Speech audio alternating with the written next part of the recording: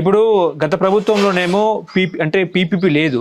కేవలం ఏంటంటే ప్రభుత్వ మెడికల్ కళాశాలను కట్టాలి. వైద్య విద్యని పేద విద్యార్థులకు అందివ్వాలనేది జగన్మోహన్ రెడ్డి సూత్రం. కాకపోతే ఏంటంటే ఆ సూత్రానికి విరుద్ధంగా కేంద్రం 8,400 కోట్లు డబ్బిచ్చింది. ఆ పైసలన్నీ కూడా ప్రభుత్వ మెడికల్ కళాశాలలో ఖర్చు పెట్టకుండా జిల్లాకు ఒక వైసీపీ ప్యాలెస్ కట్టుకున్నారు. ఆ పైసలన్నీ కూడా అందులో ఖర్చు చేశారని చెప్పేసి కూడా టీడీపీ ఆరోపిస్తున్న క్రమంలో నిజంగా వైసీపీ ఇట్లా చేసింది అనుకోవచ్చా? అది ఏం జరిగిందో తెలియదు. నా దగ్గర అయితే పూర్తిగా ఆధారాలు లేవు. మా ప్రభుత్వ మెడికల్ కళాశాలలో అయితే కనుక డొనేషన్ బరువు తగ్గుతుంది కదా ఎవరికైనా కానీ. ప్రభుత్వ కళాశాల అయిందంటే డొనేషన్ బరువు తగ్గుతుంది. ప్రైవేట్ కళాశాలకి డొనేషన్లు ఎక్కువ అవుతున్నాయి. ఎందుకంటే డొనేషన్ కూడా పెద్ద భారం అవుతుంది. 50 లక్షలు ₹1 కోటి వసూలు చేస్తున్నారు. మెడికల్ సీటుకి 50 లక్షల నుంచి ₹1 కోటి వరకు వసూలు చేస్తున్నారు. ఒకవేళ డిమాండ్ లేకపోతే తగ్గించుకుంటారు అనుకోండి. డిమాండ్ ఉంటే 50 లక్షల నుంచి ₹1 కోటి వసూలు చేస్తారు. అది విద్యార్థికి ఎవరికైనా బరువు సమస్యే కదా. అదే ప్రభుత్వం కళాశాలను స్థాపించితే ప్రభుత్వం తరఫున ఆ బరువు డొనేషన్ అనేది ఉండదు, కానీ మెరిట్ అనేది ఉంటుంది కదా. మంచిదే, ప్రభుత్వం తరఫున వైద్య కళాశాలలు ఏర్పాటు చేసి ప్రభుత్వం వైద్యం అందించడం ప్రజలకు మేలు జరుగుతుంది, చదువుకునే విద్యార్థులకు కూడా మంచిగా జరుగుతుంది. దాన్ని ప్రైవేట్ అయితే ఆ ఫండ్స్ను మిస్యూజ్ చేసినారా అని అంటే దాని మీద ఎంక్వైరీ జరిపించవచ్చు. ఎందుకంటే ప్రభుత్వం ఉంది, ఇప్పుడు కూటమి ప్రభుత్వం ఉంది కాబట్టి కూటమి ప్రభుత్వం ఒక ఎంక్వైరీ చేయించవచ్చు కదా. ఇంత డబ్బులు వచ్చినాయి, ఈ డబ్బులు ఎక్కడికి పోయినాయి, ఏమైనాయి అని ఎంక్వైరీ చేసి అది ప్రజలకు తెలియజెప్పాల్సిన బాధ్యత కూటమి ప్రభుత్వం మీద ఉంది. నిజంగానే అవకతవకలు జరిగింటే అది ప్రజలకు చెప్పాల్సిన బాధ్యత ప్రభుత్వం మీద ఉంది. కానీ కొత్తగా ఈ పీపీపీ ఎందుకు తీసుకురావడం, దీనివల్ల ఎవరికి లాభము, ఎవరికి నష్టము? మరి మీరు అన్నట్టు వైద్య విద్య అనేది చాలా ఖర్చుతో కూడుకున్న అంశమే భావించాలి. ఒక సీటు కోటు ఇప్పుడు 2 కోట్లు ఉండొచ్చు, 3 కోట్లు ఉండొచ్చు. ఎందుకు కూటమి ప్రభుత్వం ఇటువంటి నిర్ణయం తీసుకుందంటే ఏం చెప్తారు? ఇప్పుడు ఆయనకు నాకైతే తెలియదు, ఆ పీపీపీ అనేది ఆయనకు పిచ్చి. చంద్రబాబు నాయుడు గారికి పిచ్చి.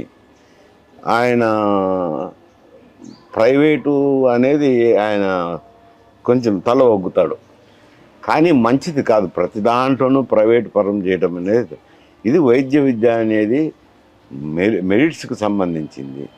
ఎవరికైనా కానీ విద్యార్థి ఎంట్రన్స్ కానీ తర్వాత విద్యను అభ్యసించడం కానీ ఇదంతా కొంత తగు జాగ్రత్తలతో చేయాల్సిన పని. ఎందుకంటే ప్రాణంతో చెలగాటం ఆడడం.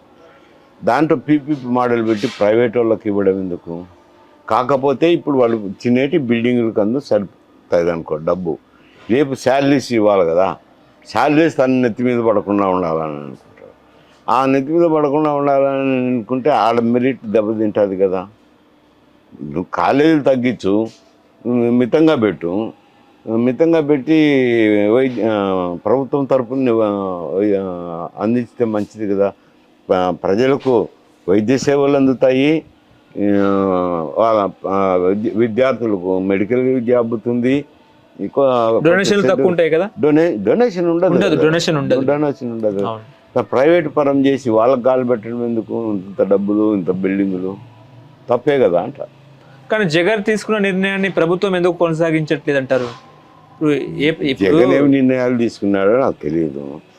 అది కేంద్ర ప్రభుత్వం మంజూరు చేసి డబ్బులు ఇచ్చింటే ప్రభుత్వమే నిర్వహించాల్సిందే మంచిదే అని అంటాను. మరి ఆయన ఏం చేసి ప్యాలెస్లు కట్టుకున్నాడో, ఏం ఖర్చు పెట్టినాడో అదంతా ఇన్వెస్టిగేషన్ చేసి ప్రజలకు తెలియాల్సిన సమస్య. ఇప్పుడు ఇక్కడేమో జిల్లాకు మెడికల్ కాలేజ్ కేసీఆర్ కట్టించినారు, బాగానే ఉంది. దాన్ని రేవంత్ రెడ్డి కంటిన్యూ చేస్తున్నారు, అందులో క్లాసెస్ నడుస్తూ ఉంది. కానీ ఏపీలో తెలంగాణలో ఉన్న మెడికల్ కళాశాలకు పాలసీస్కి ఏపీ పాలసీస్కి చాలా విభిన్నమైన పరిస్థితులు అయితే ఉన్న పరిస్థితి. వాళ్ళేమో మెడికల్ కళాశాల పూర్తిగా కట్టేసాము, క్లాసులు నడుస్తూ ఉంది, ప్రజలకు ట్రీట్మెంట్ అందుతూ ఉంది అని చెప్పేసి వైసీపీ నాయకులు చెప్తున్నారు. టీడీపీ నాయకులేమో అసలు శిలాఫలకంలో కొబ్బరికాయ కొట్టలేదు అన్నట్టు కూడా వీళ్ళు మాట్లాడుతున్నారు. మేము పులివెందులలో మెడికల్ కళాశాలను వైభవంగా మేము తీర్చిదిద్దామని చెప్పేసి జగన్ మాట్లాడుతున్నారు. ఏది నమ్మాలో తెలియడం లేదు. ఇప్పుడు వాళ్ళేమో ఫోటోలు రిలీజ్ చేస్తూ ఉన్నారు. అవి ఏ ఫోటోలు అనుకోవచ్చా, మార్ఫింగ్ ఫోటోలు అనుకోవచ్చా తెలియదు. అందులో పెద్ద రహస్యమే ఉంది. ప్రభుత్వం చేతిలో ఉంది.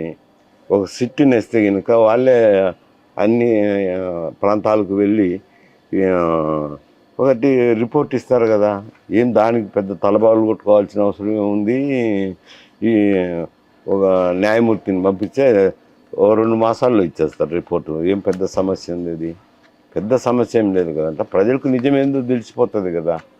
వీళ్ళు ఒకరి మీద ఒకరు విమర్శలు చేసుకునే బదులు మేము కట్టించినామని ఆయన లేదు కట్టించలేదు, శిలాపాలకాలకు కూడా లేదని వీళ్ళు దీని మీద జడ్జినే ఎవరినో ఒక నేసి ఎంక్వైరీ చేస్తే పోతుంది కదా, తెలిపోతుంది కదా, ఏముంది పెద్ద సమస్య. ఇప్పుడు విశాఖలో మరో మణిహారం మరో స్టీల్ ప్లాంట్ వచ్చే అవకాశం ఉందని కూడా వార్తలు వస్తున్నాయి.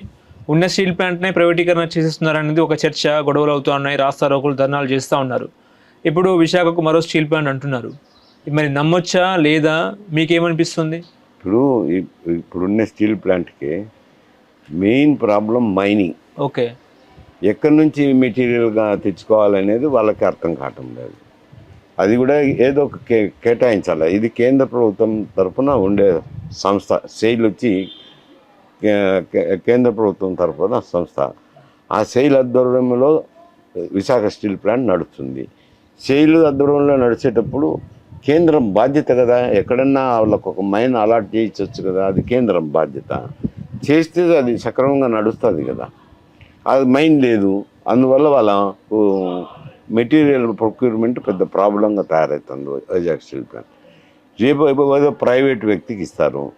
ప్రైవేట్ వ్యక్తికి ఇస్తే ప్రైవేట్ అయినా అతను ఏదో మైనింగ్ చూసుకొనే స్టార్ట్ చేస్తారు. మైనింగ్ లేకుండా ఎవరు స్టార్ట్ చేస్తారు, ఎవరు స్టార్ట్ చేయరు. ఇప్పుడు దీనికైతే కొంచెం ఇబ్బందికర పరిస్థితి ఉంది మెటీరియల్ ప్రొక్యూర్మెంట్. మరి ఆయన మెటీరియల్ ప్రొక్యూర్మెంట్ వస్తుందో రాదో, మెటీరియల్ ప్రొక్యూర్మెంట్ కావాలి కదా. ఎందుకనంటే దానికి ఉండే అడ్వాంటేజ్ వైజాగ్ ఒకటి సీపోర్టుకు దగ్గర ఉండదు అనేది. కానీ మామూలుగా స్టీల్ ప్లాంట్లన్నీ మైన్కు దగ్గర ఉంటేనే బాగా సర్వైవ్ అవుతుంది, కాస్ట్ తగ్గిపోతుంది, ప్రొడక్షన్ కాస్ట్ తగ్గిపోతుంది. మరి దాని గురించి ఏం ఆలోచన చేస్తుంది? అప్పుడంటే గవర్నమెంట్ తరఫున ఇక్కడ ప్లాంట్ పెట్టాలా, అభివృద్ధి చెందుతుంది అని పిల్లలతో విశాఖ స్టీల్ ప్లాంట్ ఆంధ్రులకు అని ఏదో అర్పించినారనుకోండి, అది వేరే సమస్య. ఇప్పుడు ప్రైవేటుది మరి లాభాలు అవన్నీ చూసుకుంటారు కదా. హలో, తెలుగు రాజ్యం ఛానల్ చూస్తున్నారా?